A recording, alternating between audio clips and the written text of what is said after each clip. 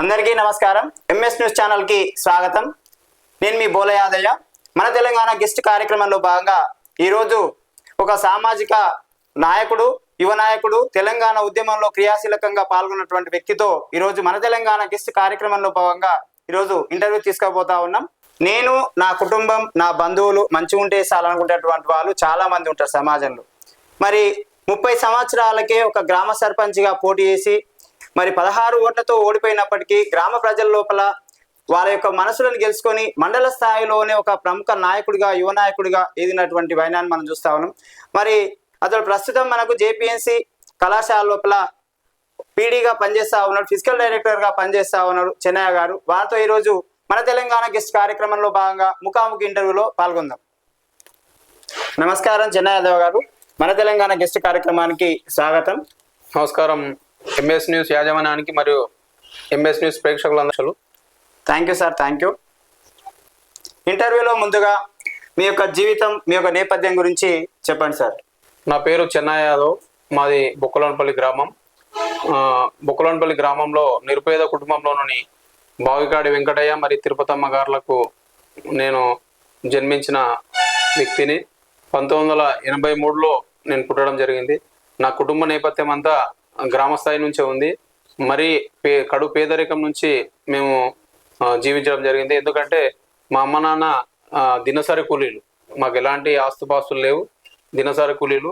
వాళ్ళ యొక్క ప్రోద్బలం, వాళ్ళ యొక్క కష్ట ఫలితం, వారి యొక్క ఇబ్బందులను అన్ని చూసి ఆ రకంగా కసి పెరిగి మేము ఈ స్టేజ్కి రావాలని ప్రయత్నం చేసినాం. కాబట్టి మాదైతే చాలా పేదరిక కుటుంబం నుంచి ఇక్కడికి రావడం జరిగింది.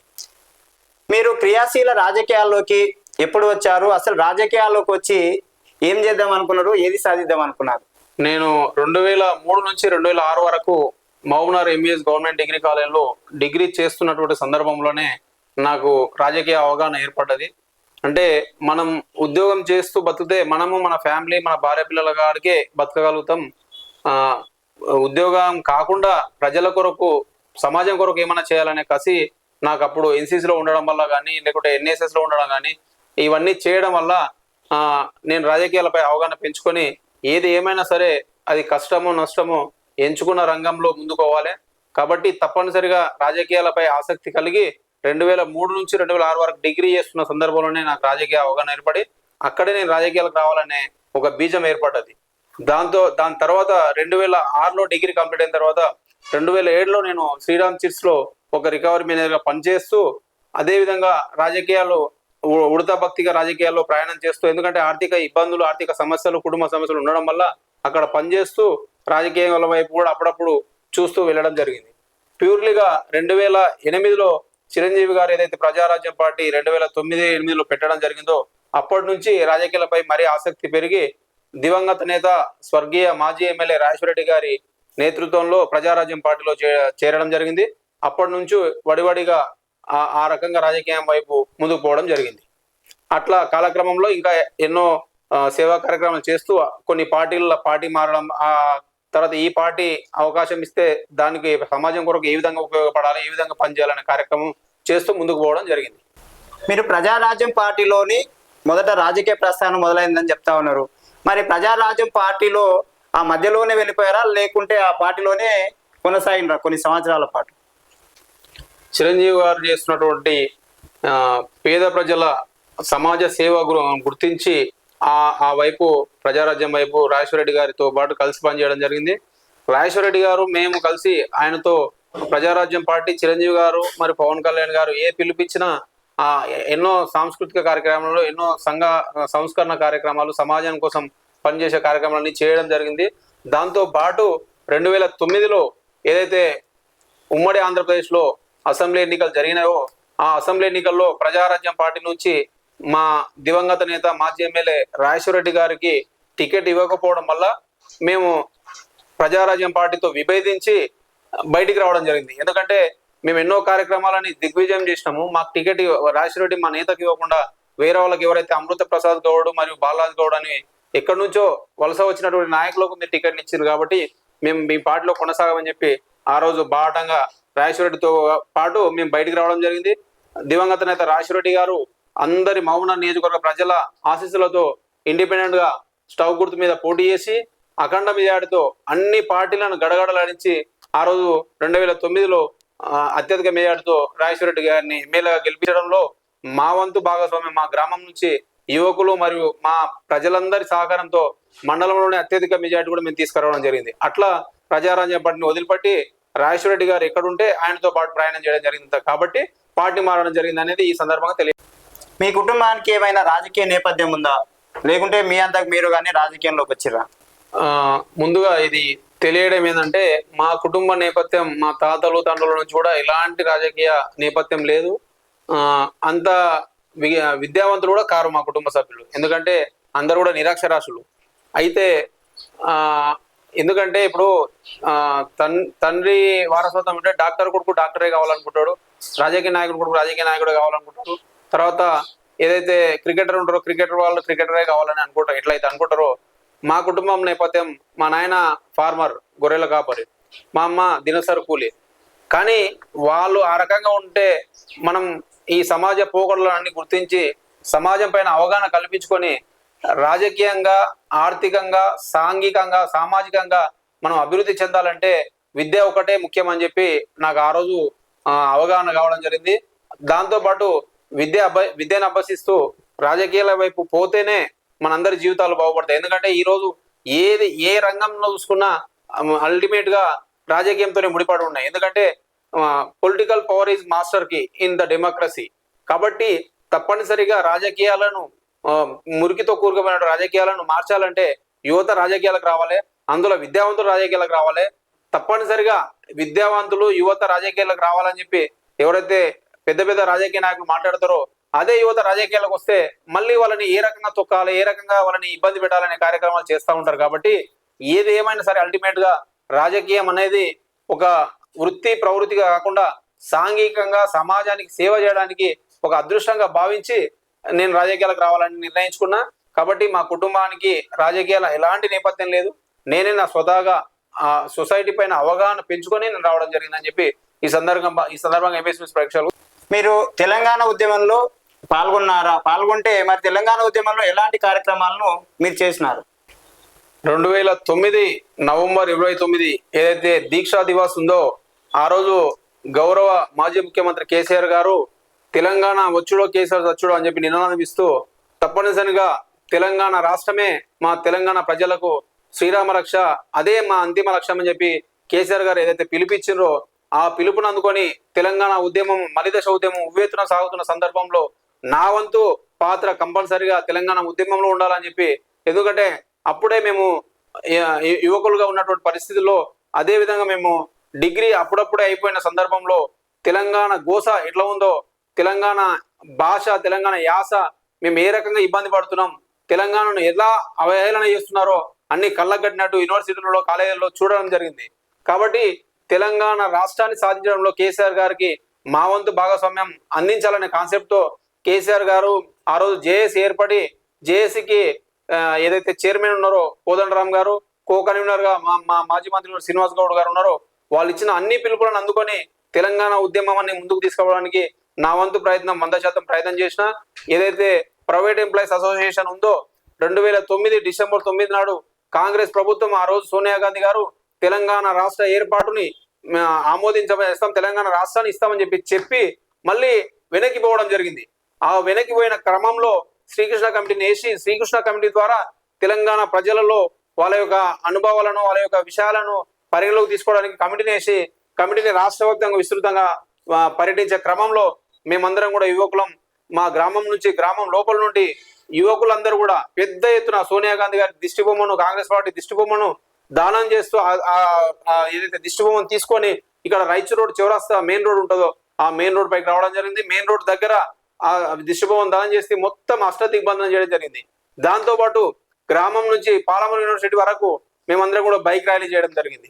అదే విధంగా ప్రైవేట్ ఎంప్లాయీస్ అసోసియేషన్ తరఫున మేమందరం కూడా తెలంగాణ ఉద్యమంలో ఏదైతే ఆ రోజు co convener JAC co convener Srinivas Goud గారు మా మినీ స్టేడియం ఏదైతే తుకారం స్టేడియం ఇల్లమ్మగుడి బ్యాక్ సైడ్ ఉందో అక్కడ పెట్టి కార్యక్రమాలు చేస్తున్నారో ఆ కార్యక్రమం కూడా మేమందరం బాహటంగా వెళ్ళి మా యొక్క పూర్తి మద్దతు తెలియజేయడం జరిగింది.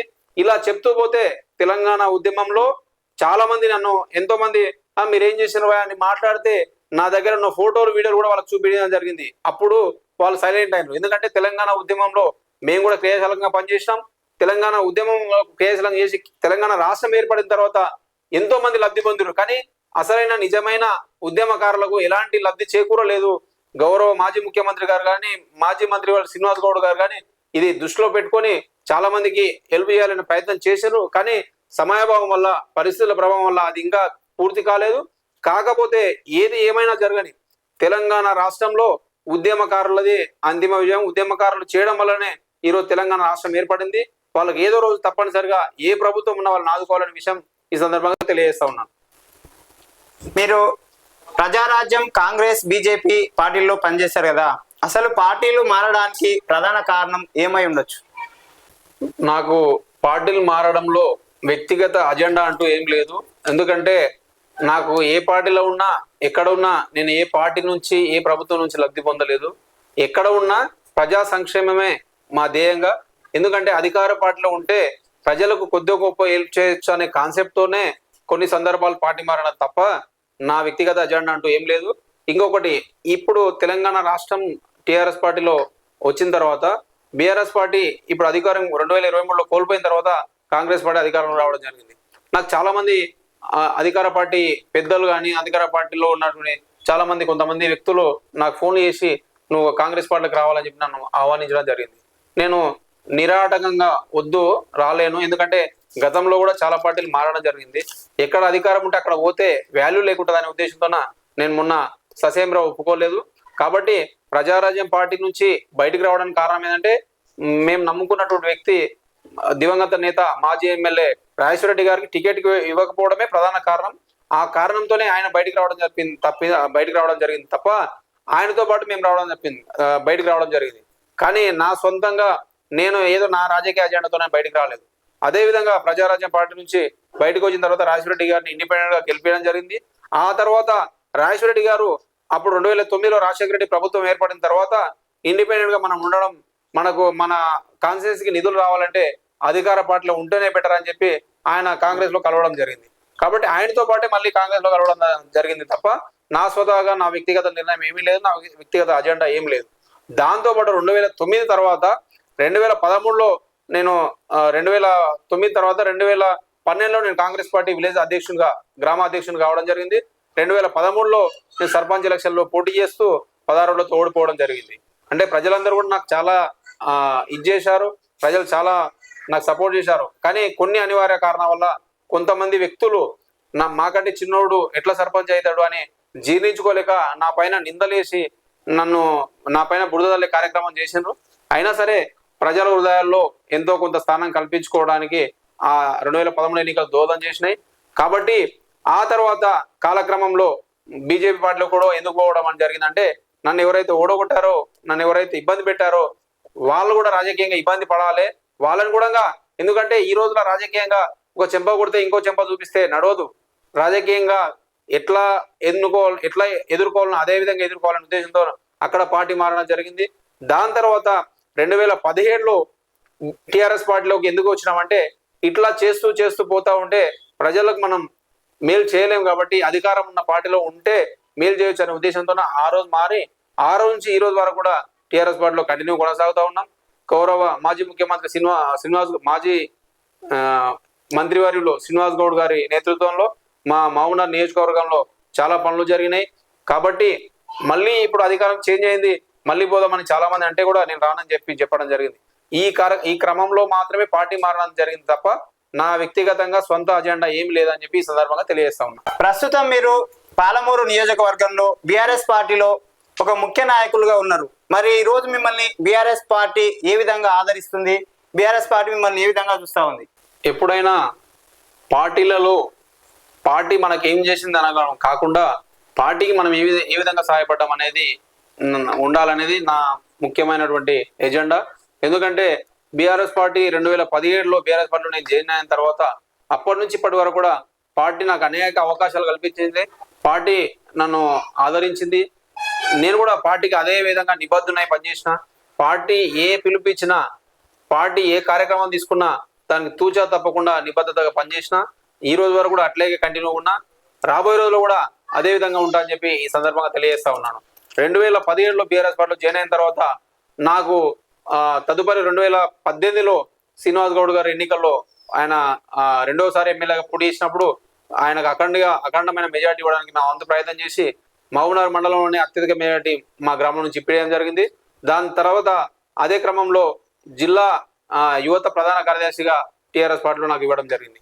అదేవిధంగా 2019-20లో గౌరవ మన మాజీ మార్కెట్ కమిటీ చైర్మన్ కాడమంజనేయులు గారు ఏదైతే ఏఎంసీ చైర్మన్ అయినో ఆయన సందర్భంలోనే ఆయన చైర్మన్ అయినప్పుడే నాకు కూడా మార్కెట్ కమిటీ డైరెక్టర్ ఇవ్వాల్సి ఉండే మాజీ మంత్రి వాళ్ళు శ్రీనివాస్ గౌడ్ గారు కూడా దానికి హామీ ఇవ్వడం జరిగింది. కానీ కొంతమంది వ్యక్తుల వల్ల ఆ కార్యక్రమం ఆగిపోయి నాకు ఆ సందర్భంలో రాకపోయినా నేనేం నిరుత్సాహపడలేదు, పార్టీని ఏం వీడలేదు, పార్టీ కొరకు తప్పనిసరిగా పనిచేసిన.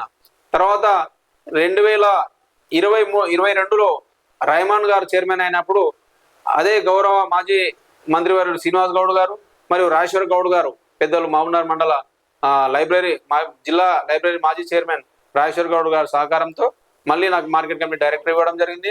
అదేవిధంగా బీఆర్ఎస్ పార్టీ బీసీసీల మండల అధ్యక్షుడిగా ఇవ్వడం జరిగింది. అదేవిధంగా బీఆర్ఎస్ పార్టీ 2022లో మునుగోడు బై ఎలక్షన్లో రాజగోపాల్ రెడ్డి గారు ఏదైతే కాంగ్రెస్ కు రాజీనామా చేసి బీజేపీలో చేరిండో ఆ రోజు బైపోల్ వచ్చింది మునుగోడు ఉప ఎన్నికల్లో కూడా పార్టీ ఆదేశించి నువ్వు నెల రోజులు అక్కడనే ఉండి పనిచేయాలని చెప్పి పార్టీ ఆదేశిస్తే శిరసా వహించి అక్కడ కూడా వెళ్ళి పార్టీ కోసం పనిచేయడం జరిగింది.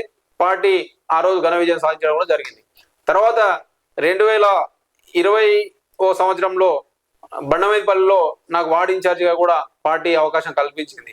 ఆ వార్డులో చాలా టఫ్ ఫైట్, ఎందుకంటే గౌన్లు యాదవ్లు అత్యధికంగా ఉన్నటువంటి ఆ టౌన్లో క్యాండిడేట్ పైన వ్యతిరేకత ఉండి ఇబ్బందులు వస్తాయని చాలా మంది చెప్పినా కూడా అందరిని ఏకతటిపైకి తీసుకొచ్చి అక్కడ కూడా గులాబీ జెండాను గుబాలించడం జరిగింది. ఇలా పార్టీ ఏ కార్యక్రమం తీసుకున్నా, పార్టీ ఏ నిర్ణయం తీసుకున్నా, పార్టీ ఏ పిలిపించినా దానికి అనుగుణంగా పనిచేసి పార్టీని ముందుకు తీసుకుపోవడంలో నా వంతు సహాయ సహకారాలు 100% ఉన్నాయి, రేపు రాబోయేలో కూడా ఉంటాయి. ఏ రకమైనటువంటి కార్యక్రమం ఇచ్చినా నేను చేయడానికి సిద్ధంగా ఉన్నానని చెప్పి ఈ సందర్భంగా తెలియజేస్తా ఉన్నాను. గత 10 సంవత్సరాలు బీఆర్ఎస్ పార్టీ అధికారంలో ఉంది. మరి అధికారంలో ఉన్నప్పుడు అధికార పార్టీలో ఉండి పదవులు అన్ని అనుభవించి పార్టీ ఓడిపోయిన దాడు వేరే పార్టీలో చేరి ఉన్నటువంటి వాళ్ళు చాలా మంది ఉన్నారు. మరి అలాంటి వారి మీద నువ్వు ఎలా స్పందిస్తావు? నేను ఎవరికి పైన కూడా వ్యక్తిగత విమర్శలకు పోను. ఎందుకంటే ఎవరు పార్టీ మారినరు, ఎందుకొరకు మారినరు, పదవులు అనుభవించి బయటకు పోయినంటే అది వాళ్ళ విఘ్నతకి వదిలేస్తున్నాం. ఎందుకంటే ఏ పార్టీ అయినా అవకాశాలు అనేది ఇస్తుంది. ఇచ్చినప్పుడు దాన్ని యూజ్ చేసుకున్న తర్వాత కొద్దిగా గొప్ప విఘ్నత ప్రదర్శించాలి. ఆ విఘ్నత ప్రదర్శించి దానికి పార్టీకి అనుగుణంగా పనిచేయాలి. కానీ ఈ రోజులో విఘ్నత ఎవరికి లేదు. ఎందుకంటే పార్టీ ఈరోజు పార్టీని నమ్ముకొని పనిచేసినటువంటి కార్యకర్తలు కాకుండా కొంతమంది నాయకులు ఏ రోజైతే వాళ్ళ పదవి అధికారం పోయిందో ఆ రోజు తర్వాత మళ్ళీ అధికారానికి వెంపర్లాడుతూ ఎక్కడ అధికారం ఉంటే వాళ్ళు అక్కడ పోవడం జరిగింది. అలాంటి వాళ్ళ గురించి మాట్లాడాల్సిన అవసరం లేదు. ఎందుకంటే తప్పనిసరిగా రాబోయే రోజుల్లో ప్రజలందరూ కూడా మంచి ఏంది, చెడ్డ ఏంది, పాలు ఏంది, నీళ్ళు ఏందని ప్రజలకు తెలుసు. ఈరోజు అబద్ధాల పునాదుల మీద రాజకీయాలను చేస్తూ చాలా మంది అబద్ధాల ప్రచారం చేస్తూ ఆ కార్యక్రమాలు నిర్వహిస్తూ ఉన్నారు. కాబట్టి ఈ అబద్ధాలు అనేటివి ఏవి కూడా ఎక్కువ రోజులు దాగవు. ప్రజలకు నిజమేందో అబద్ధమేందో తెలిసే రోజు వాళ్ళే అర్థం చేసుకుంటారు. ప్రజలు విఘ్నులు కాబట్టి తప్పనిసరిగా ప్రజలకు మంచి చెడు రెండు తెలుసు. సమయం సందర్భం వచ్చినప్పుడు కర్రు కాల్చి వాత పెడతారని చెప్పి ఈ సందర్భంగా తెలియజేస్తా ఉన్నాను. గతంలో మీరు సర్పంచ్గా పోటీ చేసి 16 ఓట్లతోనే ఓడిపోవడం జరిగింది. దానికి ప్రధాన కారణం ఏమై ఉండొచ్చు? మరి దానికి ఏమన్నా మీకు తెలిసిన రీజన్స్ ఏమన్నా ఉన్నాయా? 2013లో జరిగినటువంటి గ్రామ పంచాయతీ ఎన్నికలలో నేను పోటీ చేయడం జరిగింది. జస్ట్ 16 ఓట్లతో ఓడిపోవడం జరిగింది. అంటే కర్నూలు చావుకు అనేక కారణాలు అన్నట్టు నా ఓటమి కూడా అనేక కారణాలు ఉన్నాయి, అనేక సమీకరణాలు ఉన్నాయి. ఎందుకంటే చాలా మంది నాకు పనిచేసిన ప్రతి ఒక్కరు కూడా పేరు పేరున కృతజ్ఞతలు తెలియజేస్తా ఉన్నాను, వాళ్ళకి ధన్యవాదాలు తెలుపుతా ఉన్నాను. అదేవిధంగా ఎందుకు ఓడిపోవాల్సి వచ్చింది, ఎందుకు జరిగింది పరిస్థితి అంటే నాపై పోటీ చేసినటువంటి వ్యక్తులు నాకంటే ముందు ఒక 40 సంవత్సరాల నుంచి రాజకీయాల్లో ఉన్నటువంటి వాళ్ళు. నేను మొదటిసారి ఎలక్షన్ కంటెస్ట్ చేసిన. ఎలక్షన్ మేనేజ్మెంట్ అనేది చేయడంలో నేను కొంత విఫలమైన. ఎందుకంటే మనకు అప్పుడప్పుడే వస్తున్నాం, పూర్తిగా అవగాహన లేనటువంటి పరిస్థితిలో ఎన్నికల యొక్క మేనేజ్మెంట్ పోలింగ్ మేనేజ్మెంట్ చేయడంలో కొంచెం డిస్టర్బ్ అయింది. కాబట్టి ఆ 16 ఓడిపోవడం జరిగింది. అదేవిధంగా కొంతమంది వ్యక్తులు, కొంతమంది మిత్రులు కూడా చాలా మంది ఏం చేసినంటే వీడా సర్పంచ్, వీని భూదానికి సర్పంచ్ కావడం ఏంది, మాకంటే చిన్నోడు కావడం ఏంది అనేది వాళ్ళ విష సంస్కృతిని జీర్ణించుకోలేక బట్టగాల్చి మీనేసే ప్రయత్నం చేసి లోపాయకారిగా ఒప్పందం చేసుకొని అవతల వ్యక్తులను సపోర్ట్ చేయడం జరిగింది. కాబట్టి ఈరోజు రాజకీయాల్లో గెలుపోవడం అనేవి సహజం. ఎందుకంటే నిలబడ్డ వారిలో ఎవరో ఒకరు గెలుస్తారు. సరే, గెలిచిన వాళ్ళంతా మంచోళ్ళని కాదు, ఓడిపోవాలంతా చెడ్డోళ్ళని కాదు. రాజకీయంలో ఓడిపోవడం అనేది ఒక గుణపాఠం నేర్పిస్తుంది. కాబట్టి రాజకీయాల్లో ఒకసారి ఓడిపోతే మన వాళ్ళు ఎవరు, శత్రువులు ఎవరు, మిత్రులు ఎవరు అనేది మనకు అర్థమవుతుంది. కాబట్టి ఓడిపోవడం కూడా ఒక అందుకు మంచిగా జరిగింది. తర్వాత నా ఆలోచన ఏంటంటే, నాకు ఈ పదవి నీకు దక్కలేదంటే దానికంటే మంచి పదవి ఏదో నీకు రాసిపెట్టి ఉంది అని చెప్పి ముందు అనుకొని ఆ విషయం ప్రకారంగా నేను ముందుకోవడం జరిగింది. ఎందుకంటే సర్పంచ్ అనేది ప్రజలు వాళ్ళకి సేవ చేయడానికి అవకాశాన్ని ఇవ్వనని అడిగిన, వాళ్ళు ఇవ్వనప్పుడు అది వాళ్ళు చేసుకున్న పొరపాటు, దానికి మనం ఏం బాధపడాల్సిన అవసరం లేదు. ఈ పదవి పోతే దేవుడు అంతకంటే మంచి పదవి ఇంకోటి ఇస్తాడేమో, అందుకే మనం దానికి సరిపోం కాబట్టి సరిపోయేది ఇంకా ముందర ఉందేమో ఆశతోన నేను వెయిట్ చేస్తా ఉన్నా తప్ప సర్పంచ్ పదవి రాలేదనే ఇది నాకేం లేదనేది ఈ సందర్భంగా తెలియజేస్తా ఉన్నాను. బీసీలు రాజకీయంగా ఎదగకుండా బీసీలను బీసీలే అనగదొక్కుతున్నారు అనేది ఇప్పుడు చూస్తున్నాం. మరి దాంతో మీరు ఏ విధంగా ఏకీభవిస్తారు? తెలంగాణ రాష్ట్రంలో 56.33% ఉన్నటువంటి బీసీలు ఈరోజు రాజ్యాధికారానికి రావాలని చెప్పి చాలా మంది బీసీలు అందరూ కూడా ప్రయత్నం చేసి ఏకతాటిపైకి రావడానికి ప్రయత్నం చేస్తూ ఉన్నారు. ఎందుకంటే మేమెంతో మాకంత వాటా అన్న చందంగా ఈరోజు తప్పనిసరిగా విద్య, ఉద్యోగాలు మరియు రాజకీయాలలో సాంఘికంగా, సామాజికంగా అన్ని రంగాలలో కూడా బీసీలకు 42% రిజర్వేషన్ ఇవ్వాలనేది ఏదైతే డిమాండ్ ఉందో ఆ డిమాండ్ నిజంగా తప్పనిసరిగా రాష్ట్ర ప్రభుత్వం ఆమోదించాలి. బీసీలందరూ కూడా రాజకీయంగా అణగదొక్కబడడానికి కారణం ఏంటంటే మనలోనే మనం ఇప్పుడు మంది ఎక్కువైతే మజ్జిగ తక్కువనవుతుంది అనేది ఏ విధంగా ఉందో యక్షాల రాజకీయాలలో జనాభా ఎక్కువ ఉంటే ఐకమత్యంగా ఉంటారనేది ఒక నానుడు ఉంది. కానీ ఈ రోజుల పరిస్థితి లేదు. ఎందుకంటే ఒకరు ముందుకు వస్తుంటే ఇంకొకరు కాలు బట్టి గుంజుతా ఉన్నారు. ఎందుకంటే వీడు ఎక్కడ మనకంటే ముందుకోతాడో, వీడు ఎక్కడ మనకంటే రాజకీయ పైకోతాడో. అందుకే తెలివైన వాళ్ళు, యువకులు రాజకీయాలకు వస్తే వాళ్ళని అణగదొక్క ప్రయత్నం తప్పనిసరిగా మన ఎన్నుకున్న వాళ్ళే చేస్తారు. అది మనతో పాటే మన గ్రామంలో ఒక్కతోనే కాదు, యావత్ సొసైటీలో అట్లా ఉంది. ఎందుకంటే విఘ్నులు, విద్యావంతులు ఎవరు కూడా ఆ రకంగా చేయరు. కొంతమంది రాజకీయ స్వలాభం కోసం ఎవరైతే మోసం చేయాలని ప్రయత్నం చేస్తారో వాళ్ళు మాత్రం చేస్తారు. చేసినంత మాత్రాన రాజకీయాలు ఏమి పొల్యూట్ కావు. ఎందుకంటే ప్రజలు అంతిమంగా న్యాయ నిర్ణేతలు ప్రజలే. కాబట్టి ప్రజలు మంచిదేందో చెడేందో, ఎవరు మంచి వాళ్ళో ఎవరు చెడ్డు వాళ్ళో, ఎవరు కరెక్ట్ పర్సన్ అనేది ప్రజలు నిర్ణయిస్తారు. కాబట్టి సరే, ఒకసారి ఓడిపోయినంత మాత్రాన అదే పరమావధి కాదు. ఎందుకంటే గెలుపోవడం అనేది సహజం. తప్పనిసరిగా రాబోయే రోజుల్లో ప్రజలకు ఏ రకంగా సేవ చేయాలనో ఆ రకంగా సేవ చేయడానికి నేను రాజకీయ రంగాన్ని ఎంచుకున్నా. కాబట్టి తప్పనిసరిగా ఎంతమంది ఎన్ని ఇబ్బందులు పెట్టినా, వాళ్ళు నన్ను ఏ రకాలుగా డిస్టర్బ్ చేసినా మనమైతే వెనకాడు చేసే ప్రసక్తే లేదు. తప్పనిసరిగా సైమల్టేనియస్ గా రాజకీయాలు మరియు ఉద్యోగం అన్ని చేస్తూ ముందుకు పోతామని చెప్పి ఈ సందర్భంగా తెలియజేస్తాం. మీరు క్రియాశీల రాజకీయాల్లోకి వచ్చిన తర్వాత మరి మీరు యాదవ కులస్తుడిగా మీ యాదవ సమాజం ఆ కులస్తులందరూ కూడా నిన్ను ఏ విధంగా ప్రోత్సహించారు? మరి వాళ్ళ విధానం నీపై ఎట్లా ఉంది? ఏ వ్యక్తులైనా కూడా రాజకీయాలలో వారి యొక్క పార్టీని రిప్రజెంట్ చేస్తూ వారి కమ్యూనిటీని కూడా రిప్రజెంట్ చేయడం జరుగుతుంది. ఎందుకంటే కమ్యూనిటీ అనేది చాలా ఇంపార్టెంట్ రోల్ ప్లే చేస్తుంది రాజకీయాల్లో. ఎందుకొరకంటే మా యొక్క యాదవ సంఘం నిజంగా అఖిల భారత యాదవ మహాసభ, మా జిల్లా నాయకులు కానీ మరియు మా మహబూబ్నగర్ మండల నాయకులు కానీ మరియు నియోజకవర్గ నాయకులు కానీ నాకు చాలా సహకరించడం జరిగింది. అఖిల భారత యాదవ మహాసభ మహబూబ్నగర్ నియోజకవర్గ ప్రధాన కార్యదర్శిగా నేను ఒక 5 సంవత్సరాలు పనిచేయడం జరిగింది. ఆ 5 సంవత్సరాల కాలంలో కమ్యూనిటీ పరంగా ఏ పిలుపు ఇచ్చినా, ఏ అవకాశం ఇచ్చినా తప్పనిసరిగా ఆ పిలుపును అందుకొని యాదవ సంఘం నాయకులు చెప్పినటువంటి ప్రతి కార్యక్రమాన్ని దిగ్విజయం చేయడానికి నా వంతు సహాయ సహకారాలు 100% పనిచేసిన. రాబోయే రోజుల్లో కూడా ఏ పార్టీలో ఉన్నా, నేను టీఆర్ఎస్ పార్టీలో ఉన్నా లేదా గతంలో కాంగ్రెస్, బీజేపీ, ప్రజారాజ్యం ఏ పార్టీలో ఉన్నా కూడా కమ్యూనిటీని మాత్రం నెగ్లెక్ట్ చేయలేదు. ఎందుకంటే కమ్యూనిటీ ఇంపార్టెంట్. ఆ కమ్యూనిటీకి సమయం కేటాయించిన సందర్భంలో కమ్యూనిటీ కేటాయిస్తాం, అదేవిధంగా పార్టీకి కేటాయించిన సమయంలో పార్టీ కేటాయిస్తాం. కాబట్టి తప్పనిసరిగా రాబోయే రోజుల్లో సైమల్టేనియస్ గా రెండు ఉంటాయి. ఏదేమైనా అల్టిమేట్ గా ప్రజలకు ఏ రకంగా హెల్ప్ మన నుండి సాయం చేయగలుగుతాం, ఐదర్ కమ్యూనిటీ ఆర్ పార్టీ, ఏ రకంగా అయినా తప్పనిసరిగా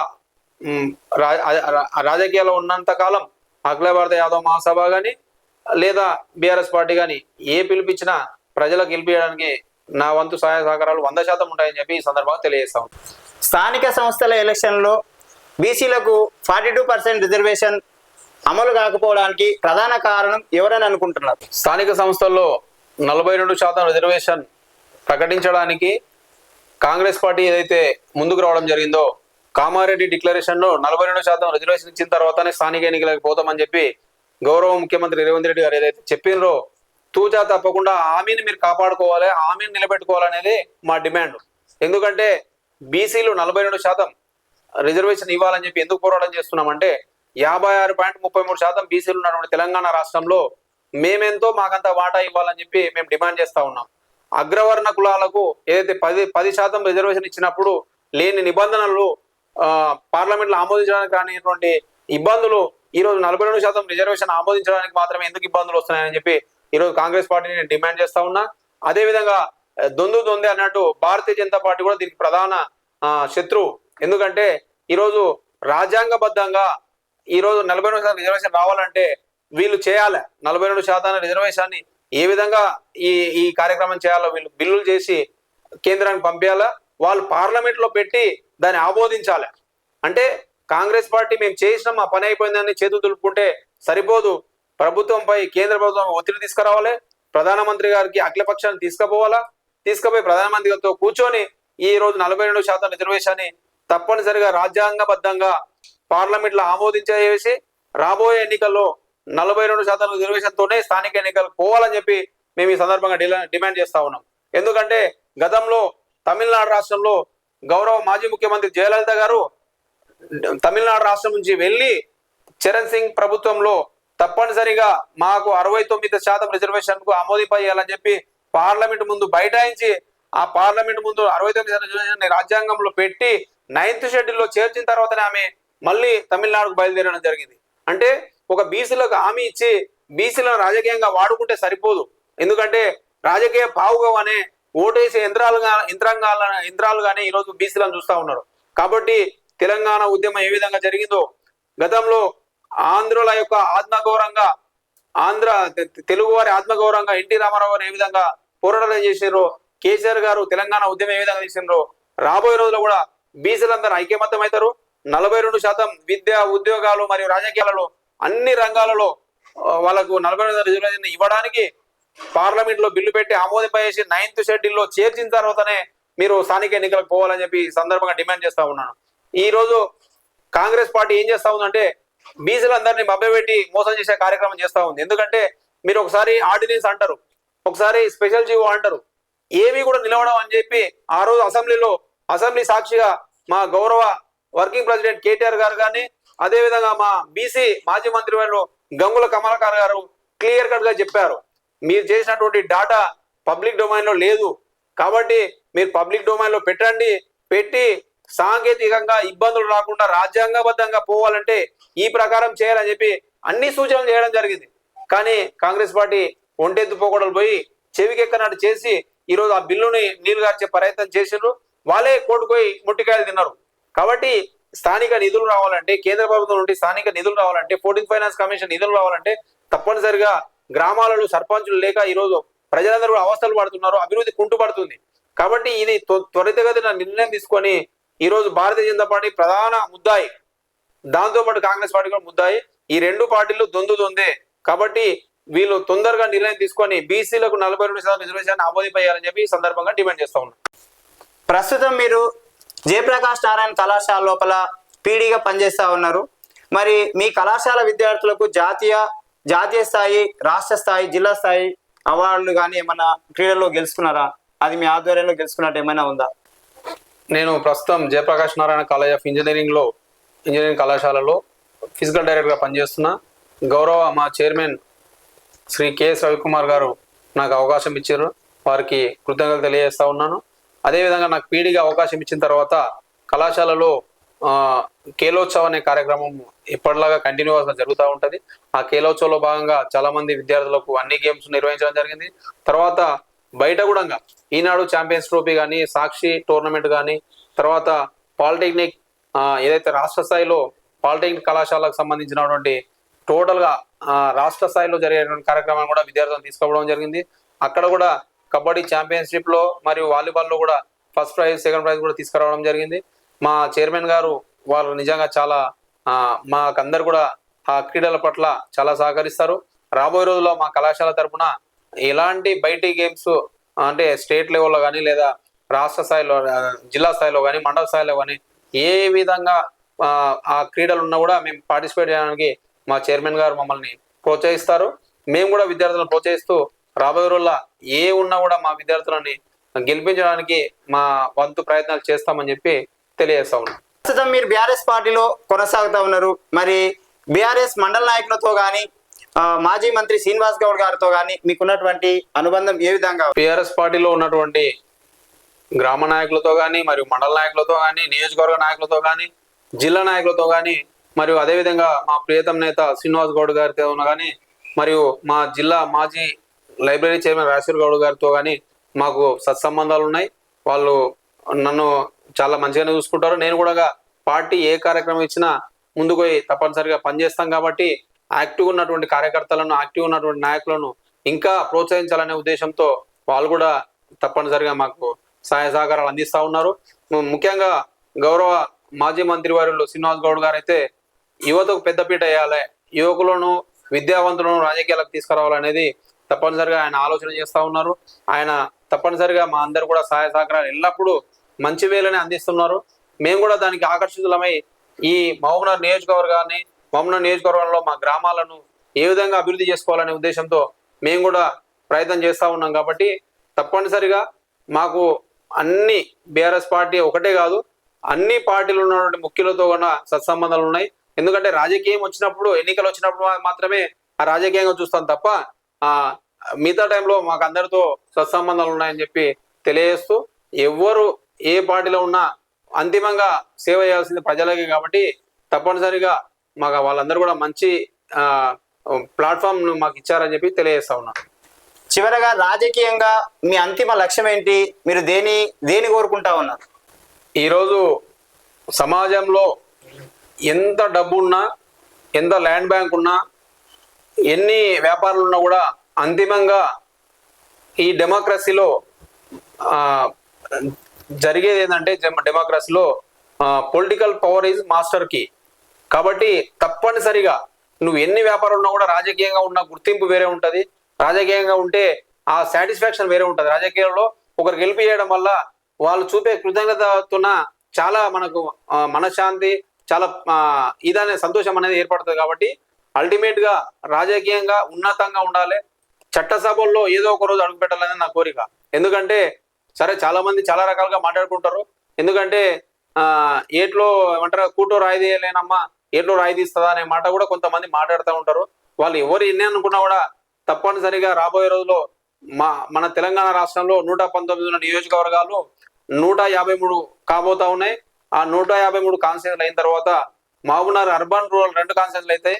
కాబట్టి 2 కాన్స్టిట్యూన్సీలు అయిన తర్వాత మహబూబ్నగర్ రూరల్ అంటే మా గ్రామాలన్నీ ఇక్కడ వస్తాయి. కాబట్టి తప్పనిసరిగా ఆ మహబూబ్నగర్ నియోజకవర్గం ఏదైతే రూరల్ నియోజకవర్గం ఏర్పడుతుందో ఆ రోజు తప్పనిసరిగా ఎమ్మెల్యేగా పోటీ చేయాలా, తప్పనిసరిగా ప్రజల ఆశీర్వాదంతో మా మహబూబ్నగర్ నియోజకవర్గ ప్రజల ఆశీర్వాదంతో ఎమ్మెల్యేగా గెలవాలి, చట్టసభలు అడుగు పెట్టాలి.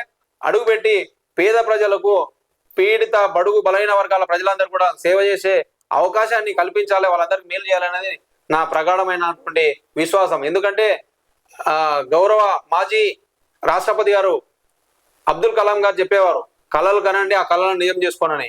కాబట్టి నేను కూడా ఆయన మాటలకు ఉత్సాహవంతునై ఆయన మాటలను ఆదర్శంగా తీసుకొని తప్పనిసరిగా నా గోల్ అనేది పెద్దగా ఉండాలి. ఆ రోజు ఆ గోల్ పెద్దగా ఉండడం వల్ల కొంతవరకు నేను ప్రయాణించగలుగుతా. కానీ మనం ఇక్కడితో ఈ చిన్న చిన్న దానిలతోనే సరిపెట్టుకుంటే సరిపోదు. నా గోల్ అనేది చట్టసభల్లో ఏదో ఒక రోజు కాలు పెట్టాలనేది నా కోరిక. ఆ కోరికతో ప్రజలకు ఏ విధంగా సహాయపడగలుగుతాం, ప్రజలకు ఎట్లా హెల్ప్ చేయగలుగుతాం అనేది నా కోరిక తప్ప నా సొంత ఏజెండా, నా సొంతగా రాజకీయాలు ఏదో సంపాదించుకోవాలనే ఉద్దేశం నాకు లేదు. తప్పనిసరిగా ఏదైనా సరే నేను చేసే ప్రతి పనిలో పేద ప్రజలకు హెల్ప్ చేయాలా, తర్వాత మనం మేలు చేయకపోయినా పర్లేదు కీడు చేయకూడదు అనేది నా కాన్సెప్ట్. కాబట్టి ఆ రకంగా ముందుకు పోతామని చెప్పి ఈ సందర్భంగా ఎంఎస్ న్యూస్ ద్వారా ప్రజానికానికి తెలియజేస్తా ఉన్నాను. మన తెలంగాణ గెస్ట్ కార్యక్రమంలో భాగంగా ఈరోజు ఎంఎస్ న్యూస్ ఛానల్కి చేసి తన జీవిత అనుభవాలను అమూల్యమైనటువంటి సందేశాన్ని ఇచ్చినందుకు వారికి ప్రత్యేక ధన్యవాదాలు. ధన్యవాదాలు. ఎంఎస్ న్యూస్ యాజమాన్యానికి మరియు ప్రేక్షకులకు కూడా ధన్యవాదాలు.